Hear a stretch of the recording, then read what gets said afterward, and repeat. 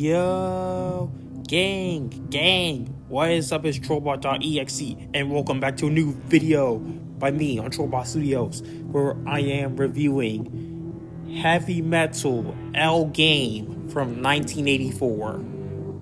This anime was by Sunrise, yet again. Yeah, this would probably be the last Sunrise review for a while. This anime was created by Yoshiyuki Tomino, whom we know for Zambot 3 and of course Gundam. And this is actually the last anime he worked on during the bridge between the original Gundam series and Zeta Gundam, which would air right after L-Gaim finished broadcasting. So, let's get into the production! Right before this show, 1983's Aura Battler Dunbine aired, and so they decided to go with another mech anime. Young staff were recruited for this, and the staff was comprised mainly of animators in their 20s. Among them was 23-year-old Mamoru Nagano, a designer, and he was selected to be in charge of character design and mechanical design, which was the first for a robot anime produced by Sunrise. Series creator Yoshiyuki Tomino was struggling to select a character designer who would blend in seamlessly with Nagano's mech designs, and he said to Nagano, "I wish you would draw characters!" And Mamoru replied, "I can draw characters too." Seizing the opportunity, Tomino persuaded Sunrise to place him in character design position. He said, "It's one thing to do one, but I don't want a newbie to do both designs." That's what Sunrise said, as they were posed the idea. But Nagano was put in charge anyway. So, how did Nagano and Tomino do? Well, let's find out in the story. On the planet Guam, Daba Myro and his friend Miurao fight off a group of thieves. A person named Faneria Amu defects after falling in love with Daba. Daba promises one dying thief to deliver a cash card to Amandra Commandra, and they head to Priamo, where Daba meets Lilith Wow. She is the last of the Malari, a species of fairy in the Pentagona system. Pentagona, as I mentioned, is a star system whose 5 planets are ruled under the Poseidon dictatorship. Whilst Daba couldn't find Amandra, the thieves' new leader, Gavlet Gablé, finds him, and he is recruited to the Poseidon military, serving under Chai Char, one of the military's elite 13. And so, a rivalry develops between Daba and Gavlet. Our heroes. Our main hero is Daba Myro, voiced by Hirokazu Hiramatsu. He is the prince of the Yamen clan, a monarchy of the planet Mizun that was genocided in Poseidon's conquests and campaigns. Daba seeks revenge as a result, and seeks to restore the Yamen clan. As a result, his adoptive father gives him the key to the white heavy metal L-Gaim. Over the course of this series, Daba becomes a model leader. He also unites factions from other planets in order to take down Poseidon. In the first half of the series, there is not much else to him. He's pretty blank when it comes to the main character. However, I cannot say the same for his childhood friend, Miurao, voiced by Hochu Otsuka, best known for voicing Yazan Gable in Mobile Suit Z Gundam, which would air right after this. Also, he voiced Koga from the Pokemon anime. He travels alongside Daba from the very beginning, and he is a goofball. He can never make up his mind and has a short-lived dream of joining the Poseidon military, though he is a good friend. Now, let's get into the two main characters involved in the love triangle in the first half of this show. First up is Veneria Amu, voiced by the late Chieko Honda.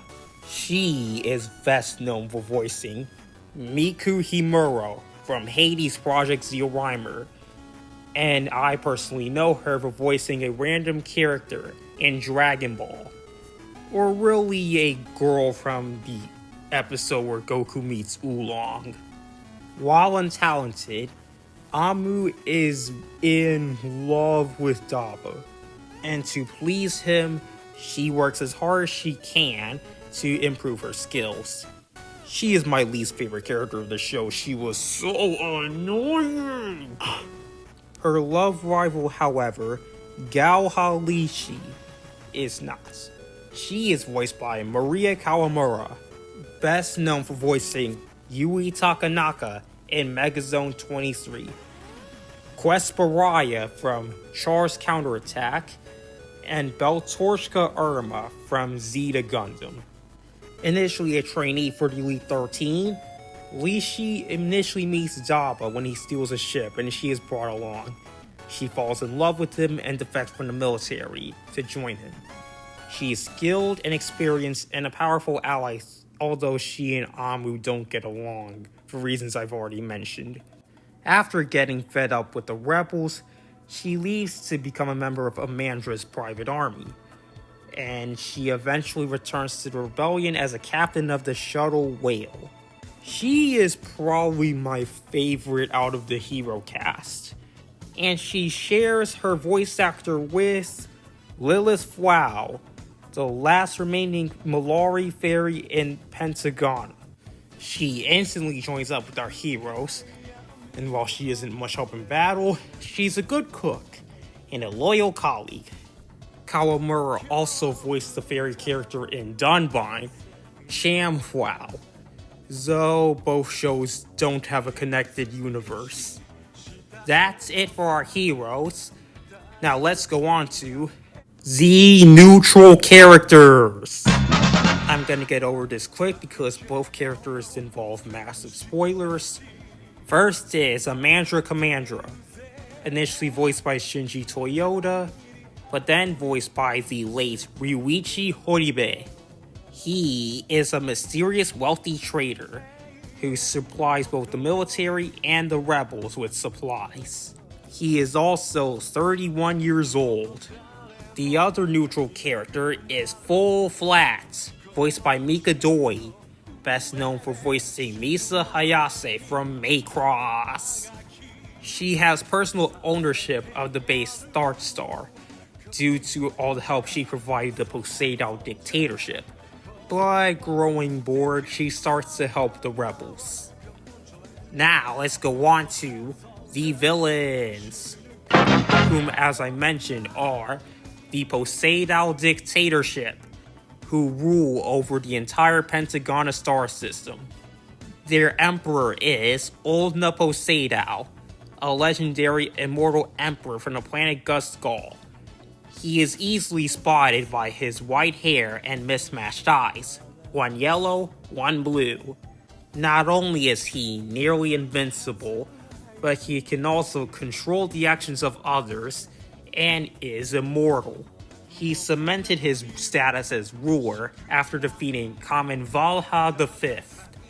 His guard, the Elite 13, is led by Giwaza Lawao, voiced by Tomomichi Nishimura. He leads the Elite 13 despite his number being 3. He is the highest ranked member of the military. His personality is, what if you gave NBA Youngboy control over the military? Eventually he wants to take power for himself over the Poseidon dictatorship. Next up is number 4, his girlfriend, Nei Mohan, voiced by Harumi Takeuchi. She is a vicious female pilot. and she was initially deployed to attack the rebels with her wingmen, chasing the rebels back into space. Next up is my favorite character, Goblet, voiced by Sho Hayami, the voice actor for Zarbon from Dragon Ball. He was obsessed with joining the military, and gets his wish thanks to a recommendation from a mandrill. And after a dispute over food, Gavlet becomes obsessed with Dabla and essentially becomes the main villain, while working his way through the military. So that's all the characters worth knowing of now. Let's go on to the episodes. Such as many real robot anime, the episodes are serialized. So, the showrunners expect you to watch every episode, or at least the vast majority of them. They tend to take a surge in quality as we go into the second half. And the first half has the vibes of a rom-com, while the second half is a bit more serious.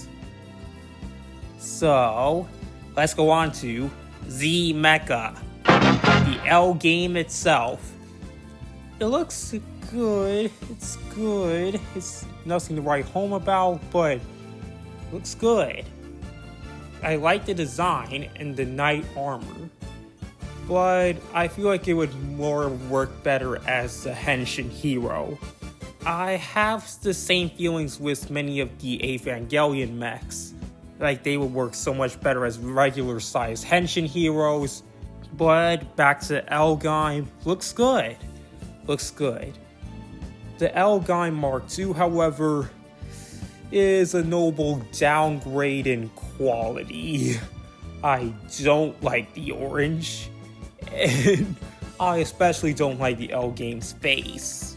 So, let's go on to animation and music. The music was done by Kei Wakakusa, who also did music for God Mars. The two openings are Time for L-Gaim, sung by Mio, and No Reply from the Wind, sung by Mami Ayukawa.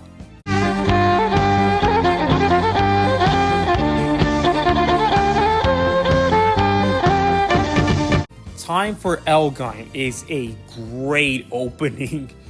I especially like Mio's vocals, and there is a reason she is one of my favorite female anime singers, alongside Rika Matsumoto. The second opening, it's good. It kind of reminds me of a tokusatsu, in musical tone only, but it's good. It's certainly a bop. The animation, it's okay. It's definitely on the lower quality of the shows I've reviewed on this series so far, but the animation is just okay. Like, it can get good, but it's still just okay. It's mostly due to the series being available on YouTube only in 480p. So, that definitely helped. Overall thoughts? I like L-Gaim. It's certainly not a great series, but it's good. It's good. I feel like some of its concepts could have been refined a bit more, but besides that, I can give the series a comfortable 80% out of 100.